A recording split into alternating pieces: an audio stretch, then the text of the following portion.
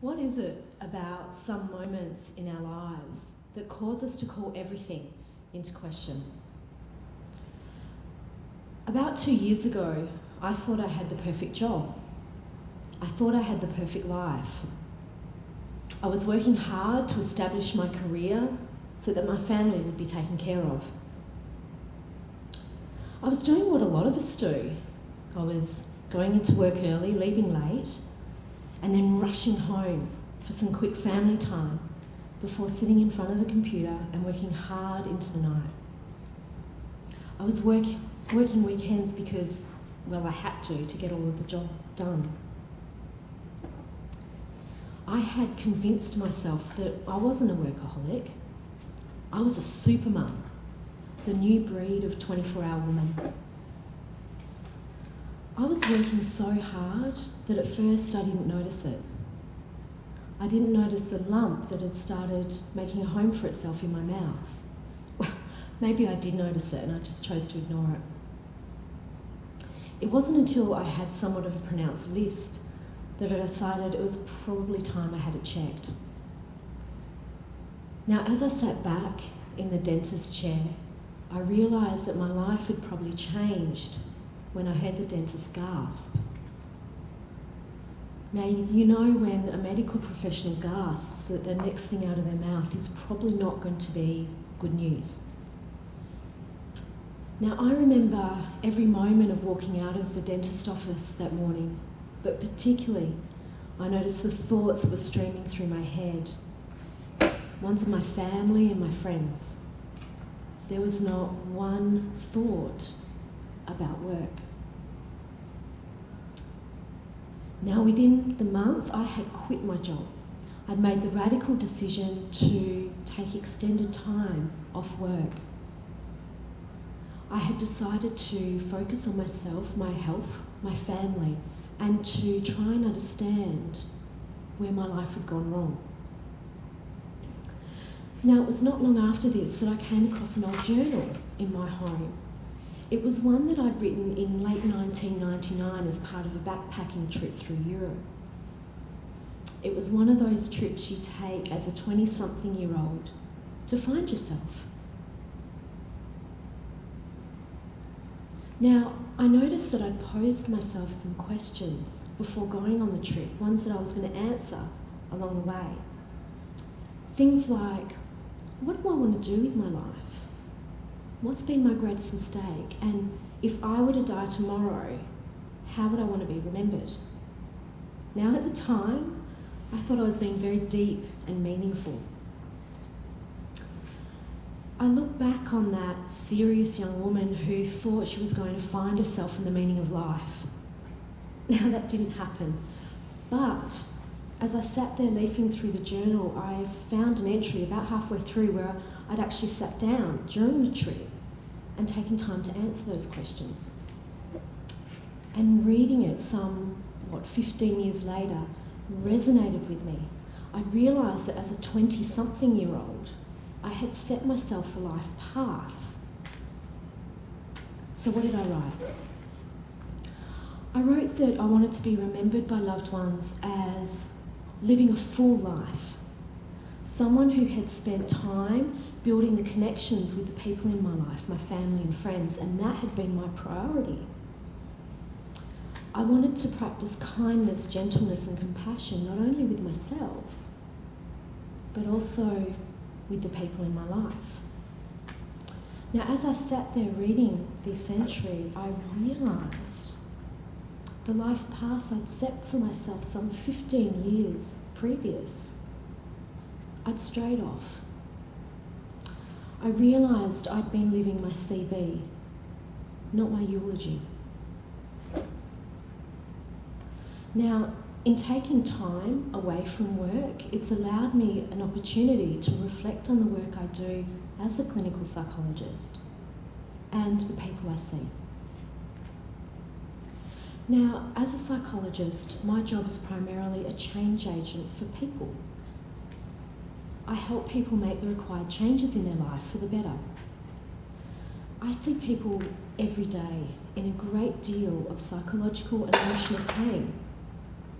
Regardless of whether they're coming to see me for depression, anxiety, or couples therapy.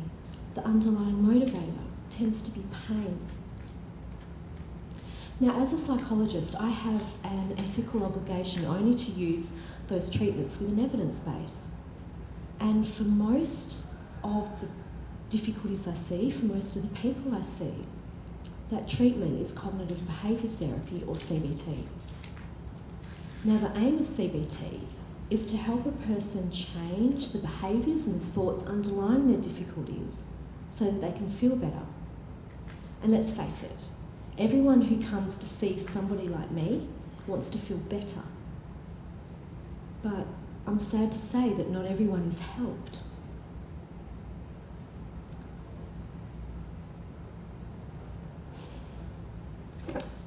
Let's take an example.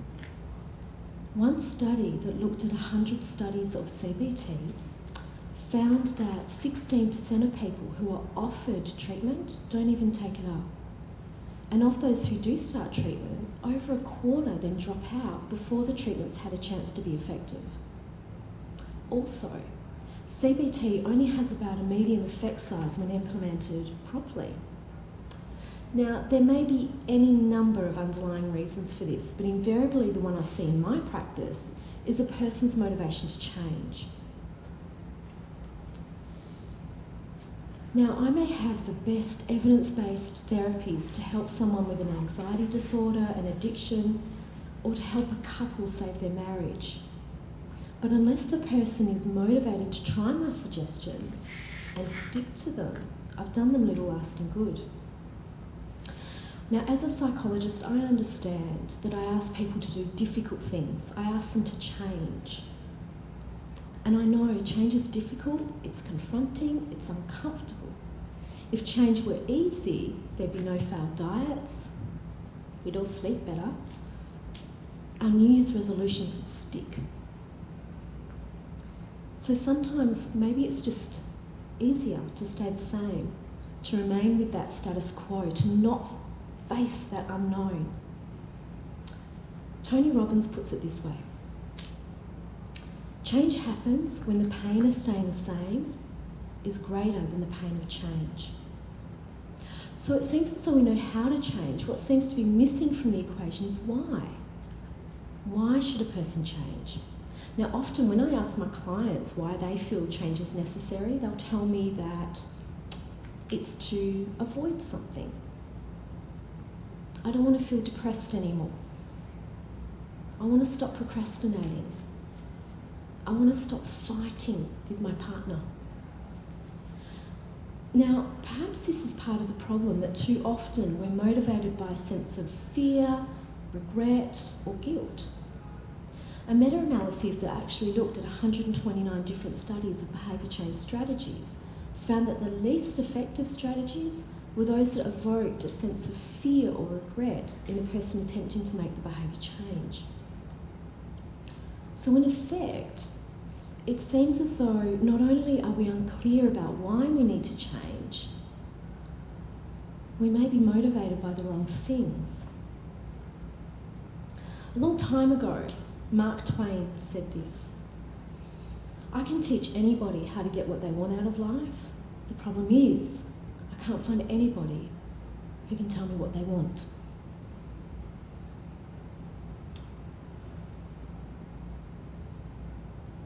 So, do we have to wait around for our own aha moment to effect real change in our lives? Absolutely not. That's not what I'm suggesting. But we do need to develop a deeper understanding of who we are and what we want out of life. I guess we need an understanding of what our values are. Now, our values are our heart's deepest desires about how we want to relate to ourselves, other people, the world around us. They're leading principles that can help guide and motivate us as we move through life. Values are about not only what we want to do in life, but how we want to go about achieving it. Now, in a sense, values sound somewhat like goals, but values are not the same as goals. Values require ongoing action. They're like a direction we keep moving in. Let me give an example. A value is like travelling north, whereas a goal is like the river or the bridge you want to cross while travelling in that direction. Let's take a more personal example. Recently, I had someone come into my practice and they told me that they wanted more caring, loving relationships in their life. Now that's a value. That's going to require ongoing action from them. Now they also mentioned that one day they'd like to get married. That's a goal. It can be ticked off once it's achieved. So the first step in living your eulogy is to get an understanding of what your values are. Now there's some key questions that you can ask yourself to start this process. Deep down, what's important to you? What qualities would you like to embody as a person? How do you want to relate to people in your life? Now, on reflection, you might decide that your values are being honest, having loving relationships, acting with courage. Now, as you can see, values don't have to be complicated. In fact, in my opinion, the more simple they are, the better, because it's easier then to incorporate them in your everyday life. And that's the next step of living a eulogy, incorporating these values in practical ways in your everyday life. Now you do this by developing a set of goals based on your values and then engaging in behaviours to help you reach those goals. So in effect, your behaviours become your values in action. Now, for some behaviours, this will be reasonably easy to implement. The difficulty arises when your value congruent behaviours are inconsistent with ingrained habitual behaviours that you already have. Now, neuroscience tells us that behaviours, particularly habitual behaviours, are incredibly difficult to change.